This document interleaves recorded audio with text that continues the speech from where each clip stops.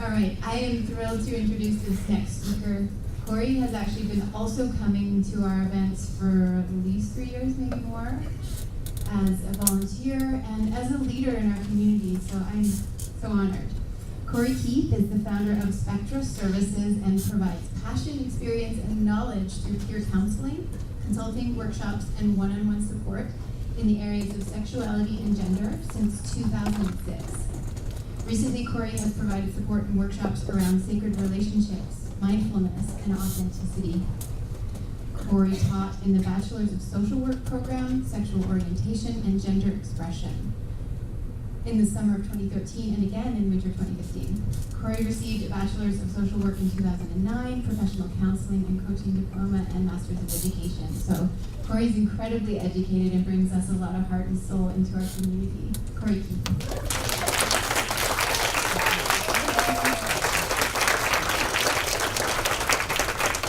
Thank you all. This is a great group.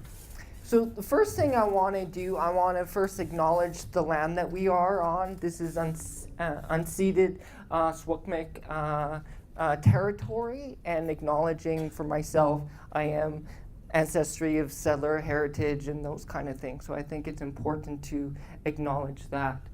So today also, I'm going to be talking a lot about, before I get to that, I want to just let folks know that I will be doing a workshop on the 30th in Kamloops, the downtown library. And that will be on love languages and beyond, really about connecting to your authentic relationship. So if folks are interested in that, it's experiential, lots of fun. So if you're interested, connect with me and I'll get you the info. So the workshop today is going to be about authenticity, and I'm going to be taking a little bit different angle than you've heard before. I'm going to be talking about sex, sexuality, gender. I'm going to be pushing the envelopes of maybe the perceptions of what you understand about these things, about your beliefs, all of those things. And so you might get a little vulnerable because it might touch a little home in terms of your own beliefs, your own journey, all of those kind of things. So first thing I want everyone to do is take a deep breath in and out. And if something does come up, honor that. Listen to what's being said, okay? And listen and move through it. So the first thing I want to do is start with a little bit about my story. And then we'll move and expand into the varying types of authenticity and all of those kind of things. So does anybody know the Red Deer Stettler area in Alberta? Yeah. So Bible Belt, cowboys and farming and all of this. This is where I grew up, okay? So someone outside the box living in that environment, right? Very interesting. From very young, I knew I was different, but I didn't have a word or anything that described what that was. There was no models to say what was transgender or anything. My parents were really open. They said if you were gay or lesbian, it didn't matter, they support me. But trans was not a word in their mind at that time. And so, I remember, in elementary, playing horses with a fellow classmate in the back rug in the classroom. That was kind of what we enjoyed to do. And so it wasn't until, during that time I was really bullied and people called me gay, fag, but it didn't work for me. And it wasn't until college where I met my first other trans person. It's like, oh, okay, but it was still not connecting that was me. During that time, I've only been in one other relationship, but I was getting this curiosity, am I bisexual? Am I attracted to men? And so at one point I said, I gotta do this. So I went online, and you know how sketchy sometimes those things can be. And so I finally said, okay, I'm connecting with someone. I found someone, and they pulled up to the door and went into their car, and I was nervous. just as nervous as the first time having sex. And my knee was bouncing up and down, and I was just terrified. But the guy was really nice. Said, we'll just drive around. When you're ready, we'll go. And so at one point I said, okay, fuck it, I'm going to do it. And so we went, and some of it I really enjoyed. But I realized that some of it I didn't, for one, because I was taught about wearing condoms. No one told me about lube. Ow! Not fun. Okay, so that was a learning lesson. But on the way home, I felt really sick to my stomach because I was not attracted to this man, right? But I realized there was something about it that was me, right? It was one of those experiences that I learned I didn't need this experience to tell me who I was, but I needed to tell me that, one of those scenarios. And I knew that I was attracted to men. Maybe not a lot, but I knew that there was men I was attracted to. And so that started my journey. And then I started the social work program, and I really got passionate about diversity. And so I decided to put on a diversity event.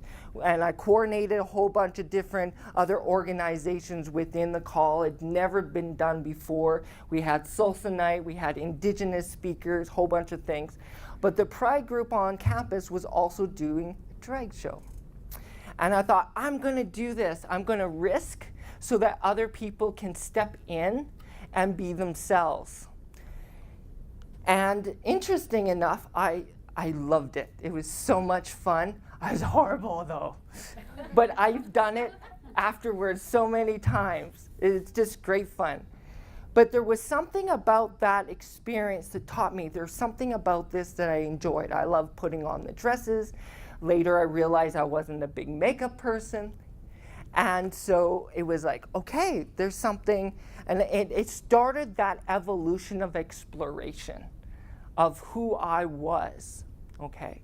And so through that exploration, I started to, take baby steps, because I started realizing I wasn't the typical transsexual person. I did not identify strictly as a male or strictly as a female. I was someone in between, okay? And so the best way for me to figure that out was take bits and pieces, okay? And try something on. I had great friends because I was in the social work program, and so there was a lot of great people there. And so I could go to their place and try some clothes on, experiment, find out what worked for me, right? And that was the only way. And the way I kind of look at it is kind of like you having a Geiger counter inside. And you going, that outfit is awesome. Maybe I'll try that on. Or, that doesn't work for me. I'm not going to do that, right? And so this was kind of the process. And it's really important because it doesn't happen all at once. For any of us through our journeys, you're going to get bits and pieces as you go along, because it can be overwhelming trying to think the whole thing. If I look back of who I was at the beginning and thought I had to get all this, I would have been overwhelmed, right? Way overwhelmed, not good. So this is the thing, taking those baby steps. The other thing is, and hearing it over and over again, getting vulnerable. Because when we come and try to step into our authenticity, it means taking risks. And what does a risk mean? It's the fear of losing friends, family, jobs, maybe even being attacked because you're different in some way. And I know I have been attacked. I've been sexually assaulted by men and women, right? And it's scary, right? I was in a bar once and having great fun with my friend in Saskatchewan, and we're getting ready to leave, and this girl decides to grab my genitals because she thought she wanted to know what's between my legs. It's like, and I was just confused. Why would you do something like that? That doesn't make sense. And I later recognized that that was a sexual assault, right? Right? And that's the thing. I have lost family. I have lost friends because they didn't understand. My middle brother, we've always been at a conflictual relationship. But it came down to like we were really trying to connect and create a relationship. But I basically like been asking him, can you please use my pronouns? And for those that don't know, my pronoun is per, which is a short form for person. And so it's like, here's Per's microphone, right? Or Per's walking over there. So I had asked my brother to use my pronoun. He wouldn't. Like very disrespectful. It's like one thing if you're trying and you're not getting it, because people, you know, some of my best friends just are trying their best, but it's not clicking, right?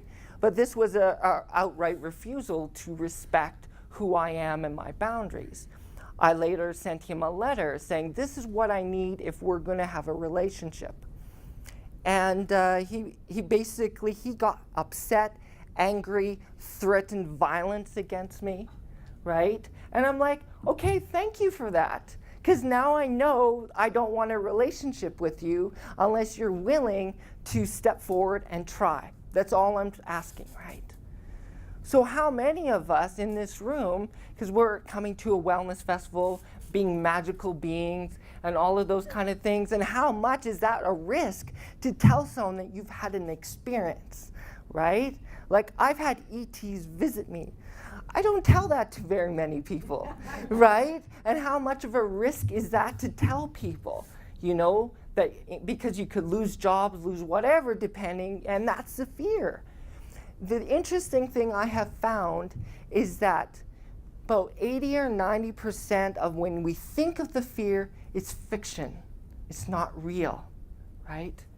And so how do you step beyond that and to say, is this a rational thing or is this a past programming or because I've had one experience, right?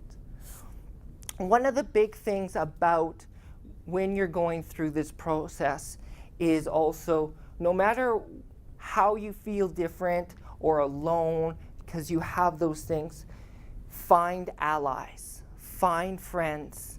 Like we have an amazing group of people right here who are supportive in this way. But who knows what other pieces that you might feel different, but find those allies. And it's going to take a risk to come out, whatever that out is, with that person. But take that risk. But once you have one person and then another and then another, it becomes easier and easier and easier, right? And once you have that community, you know, it feels like you can do whatever you want because you've got that base, you've got that support, right? Where are we at with time? Okay. So one of the things I want to talk about is challenging some other pieces in terms of how we perceive, for example, sex and sexuality. So one of the things is, one of the myths is that when a male is supposed to be masculine, supposed to be heterosexual, all of these things, same with women, right? So what if you are a high sex drive woman in a world that tells you you're not supposed to be sexual, you're supposed to be sexy for the man, but not sexual, right? And there's actually a term that was developed for this called nymphomania in 1771, right? Even though we don't really use it, it's still, that stigma is still there. So how much, if you like sex and you enjoy it, how much is that stigma still there? And how can you really embrace that and say, this is mine, I'm okay with maybe having 2 or 3 partners, you know, that are sexual. I remember being at a polyamory conference, and this one woman had been through psychiatrist after psychiatrist. They're giving them all of these sex addict labels and all of this kind of thing.